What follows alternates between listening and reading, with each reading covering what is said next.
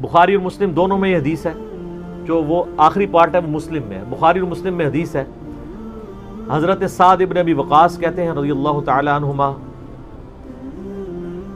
وعلیہ السلام، اور سیدنا ابو ہریرہ رضی اللہ تعالی عنہ علیہ السلام، کہ غزوہ خیبر کے موقع پر نبی صلی اللہ علیہ وآلہ وسلم نے فرمایا میں کل اس شخص کے ہاتھ میں جھنڈا دوں گا جو اللہ اور اس کے رسول سے محبت کرتا ہے، اور یہ تو چھوٹی بات ہے، اور اللہ اور اس کا رسول اس سے محبت کرتے ہیں، یہ بہت بڑی بات ہے۔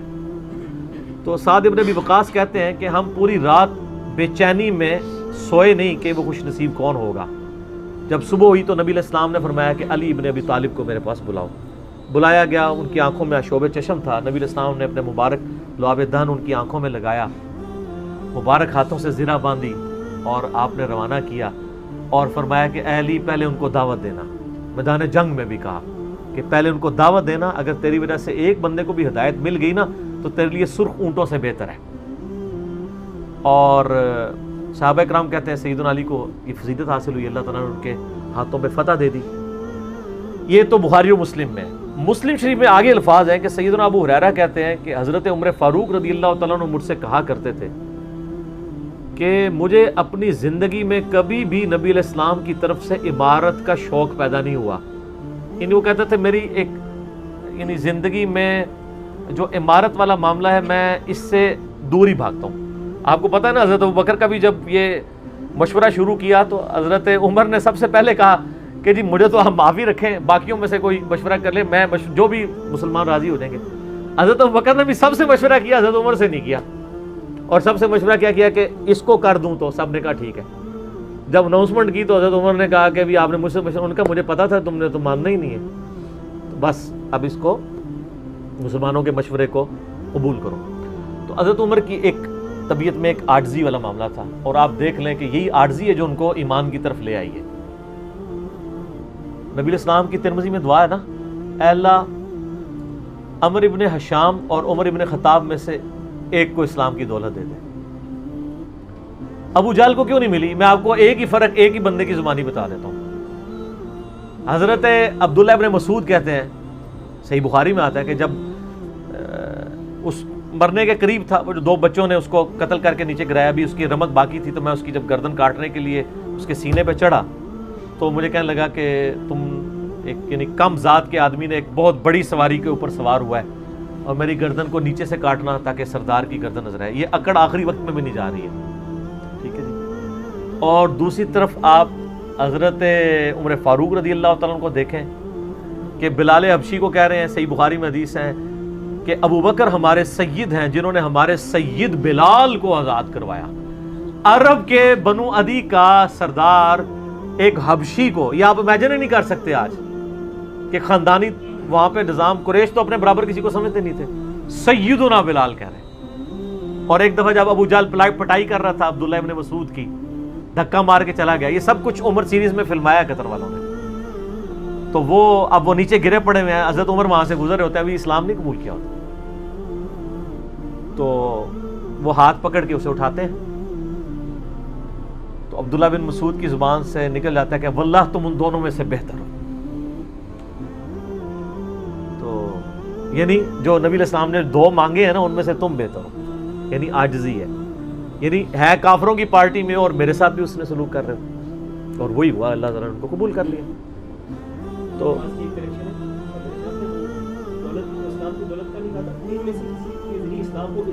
ہاں یہ بھی، یہ دو علیحدہ حدیث ہیں، دو علیحدہ، ترمذی میں دونوں روایتیں موجود ہیں۔ اچھا اب آپ دیکھیں کہ سیدنا عمر فاروق رضی اللہ تعالیٰ عنہ کہتے ہیں، حضرت ابو ہریرہ کہتے ہیں مسلم شریف کی اس حدیث میں کہ حضرت عمر مجھے کہا کرتے تھے مجھے پوری زندگی کبھی عمارت کا شوق نہیں ہوا سوائے اس دن کے کہ جس دن علی کو جھنڈا ملا، مجھے بھی خواہش تھی کہ کاش نبی علیہ السلام مجھے وہ جھنڈا دیتے۔ یہ حضرت علی کے لیے بہت بڑی فضیلت ہے اس حوالے سے کہ سیدنا عمر ان پر رشک کرتے تھے۔ باقی ایک سنن کبریٰ البیہقی میں من گھڑت روایت ہے کہ حضرت عمر کہا کرتے تھے، وہ جو ایک بڑی مشہور بیان کر رہے ہوتے ہیں کہ جی وہ ستاروں کے برابر کس کی نیکی ہیں، حضرت عائشہ نے پوچھا تو ان کا بھی تیرے باپ کی ہیں، تو حضرت عمر کی ہیں، تو پوچھا کہ میرے باپ کی، ان کا جی ان کی تو ایک نیکی جو ہے وہ غار ثور کی سب پہ بھاری ہے۔ اس حدیث کو شیخ البانی نے، شیخ زبیلی زئی صاحب نے، دونوں نے لکھا ہے یہ موضوع حدیث ہے، وضع کی گئی حدیث ہے، لیکن یہ ہمارے مسلمانوں کے بچے بچے کو یاد ہے. جعلی حدیثیں، ضعیف نہیں سر، گھڑی ہوئی حدیثیں. اور جو مسلم شریف کی حدیث تھی وہ ہم نے آگے ایکسپلور کیا کہ حضرت عمر کہتے تھے مجھے علی پر رشک ہے کہ مجھے وہ جھنڈا نہیں ملا اور علی کو ملا. دوسری طرف سیدنا علی بھی سیدنا عمر سے بڑی محبت کرتے تھے. ہاں، بخاری اور مسلم دونوں میں حدیث ہے، مشکات میں بھی آپ کو مل جائے گی 3 جلد میں، حضرت ابو بکر عمر کے فضائل کے چیپٹر میں. عبداللہ ابن عباس کہتے ہیں کہ سیدنا عمر کی میت رکھی ہوئی تھی اور لوگ ان کی میت پہ رو رہے تھے اور اپنے اپنے انداز میں ان کے اوپر سلام پیش کر رہے تھے کہ آپ کی وجہ سے اللہ نے اسلام کو اتنا عروج دیا، رومن اور پرشین امپائر گر گئی، یرموک اور قادسیہ میں اللہ نے مسلمانوں کو فتوحات دیں. اور کہتے ہیں اتنے میں ایک شخص میرے پیچھے آ کے کھڑا ہوا، کیونکہ میں بھی میت کے سامنے بیٹھا ہوا تھا. اس نے میرے کندھے کے اوپر آ کے یوں کونی رکھ لی اور اس نے سیدنا عمر کی میت کو مخاطب کر کے کہا کہ اللہ تجھ پہ رحم کرے اے عمر ابن خطاب. میں نے اللہ کے محبوب صلی اللہ علیہ وآلہ وسلم سے بارہا سنا تھا کہ میں ابو بکر اور عمر فلاں جگہ گئے، میں ابو بکر اور عمر داخل ہوئے، میں ابو بکر اور عمر نکلے. مجھے امید تھی کہ تم اپنے ان 2 ساتھیوں کے ساتھ جا کے ملو گے. کون سے 2 ساتھی؟ سیدنا ابو بکر اور سیدنا محمد رسول اللہ صلی اللہ علیہ وآلہ وسلم. اور اللہ کی قسم اس روئے ارض پہ تم وہ شخص تھے کہ مجھے خواہش ہے کہ میں تمہارے اعمال کے ساتھ اللہ کے حضور پیش ہوں. ظاہر ہے اتنا بڑا عروج سر، انسانی تاریخ کا سب سے بڑا ریولوشن نبی علیہ السلام کا، اس کی ایپیکس سیدنا عمر کے دور میں ہوئی ہے. اور یہ اللہ کا معجزہ ہے. نبی علیہ السلام کی مبارک زندگی میں انقلاب آتا نا تو اس طرح کے تو بہت لیڈر پہلے بھی آئے تھے جنہوں نے اپنی زندگیوں میں انقلاب لے کے آئے تھے. یہ معجزہ یہ تھا کہ وہ شخص دنیا سے چلا گیا، ہزاروں اس کے ماننے والے مرتد ہو گئے عرب قبائل، اور چند مخلص ساتھی ساتھ ہیں، اس کے باوجود اللہ نے رومن اور پرشین امپائر الٹوا دیے. کتنا بڑا معجزہ ہے. اگر نبی علیہ السلام اپنی مبارک زندگی میں کر جاتے، وہ تو اسکندر اعظم بھی کر گیا، بعد میں چنگیز خان نے بھی کیا، بڑے بڑے لیڈر آئے. یہ ڈفرنس ہے. ایک یہ ڈفرنس، اور دوسرا ڈفرنس یہ کہ نبی علیہ السلام نے اپنی وفات کے بعد 10 سال بعد، 20 سال بعد، 30 سال بعد، 50 سال بعد، ایون 500 1000 سال بعد ہونے والے واقعات کو بھی بیان فرما دیا کہ یہ ہوگا. آج تو ہم تاریخ میں دیکھ سکتے ہیں کہ وہ سب کچھ ہوا ہے.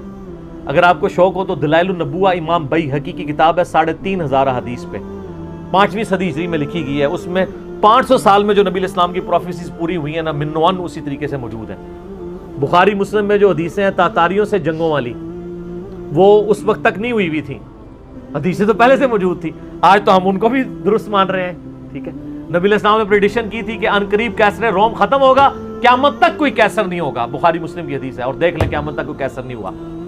ان قریب پرشین امپائر ختم ہوگی اور قیامت تک کوئی کسرا نہیں ہوگا. آج دیکھ لیں 1400 سال ہو گئے ہیں.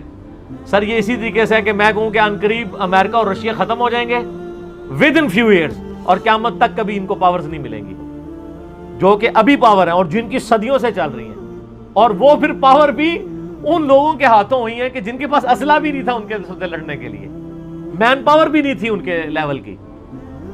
الٹوا دی اللہ تعالیٰ نے. ابن عباس کہتے ہیں کہ حضرت عمر فاروق رضی اللہ تعالیٰ عنہ کی میت پہ یعنی یہ کلام وہ جو شخص میرے یعنی کندھے پہ کونی رکھ کے کر رہا تھا نا، تو میں نے جب اس کو مڑ کے دیکھا تو وہ علی بن ابی طالب تھے جو سیدنا عمر کے بارے میں یہ کلمات کہہ رہے تھے. تو یعنی ان لوگوں کی للہیت تھی کہ وہ تعریف کیا کرتے تھے اور کوئی آر محسوس نہیں کیا کرتے تھے. اور آپ دیکھیں سیدنا عمر کی بھی کتنی محبت تھی سیدنا علی سے کہ جب کبھی بھی فارن ٹور پہ جاتے تھے اپنی جگہ حضرت علی کو خلیفہ بنا کے جاتے تھے. کیونکہ نبی علیہ السلام جب تبوک پہ گئے تھے تو سیدنا علی کو چھوڑ کے گئے تھے. بخاری مسلم میں آتا ہے حضرت علی رو پڑے. پہلا اور آخری موقع تھا کہ جنگ میں نہیں گئے. تو فرمایا تم اس پہ راضی نہیں ہو، تمہاری میرے ساتھ وہی نسبت ہے جو ہارون کی موسیٰ کے ساتھ، مگر میرے بعد کوئی نبی نہیں. تو حضرت عمر اس سنت پہ عمل کرتے تھے. جب بھی وہ جاتے تھے، جب بیت المقدس فتح ہوا چابیوں کے لیے انہوں نے بلایا، سیدنا علی کو اپنی جگہ چھوڑ کے گئے، اس سنت پہ عمل کیا کرتے تھے.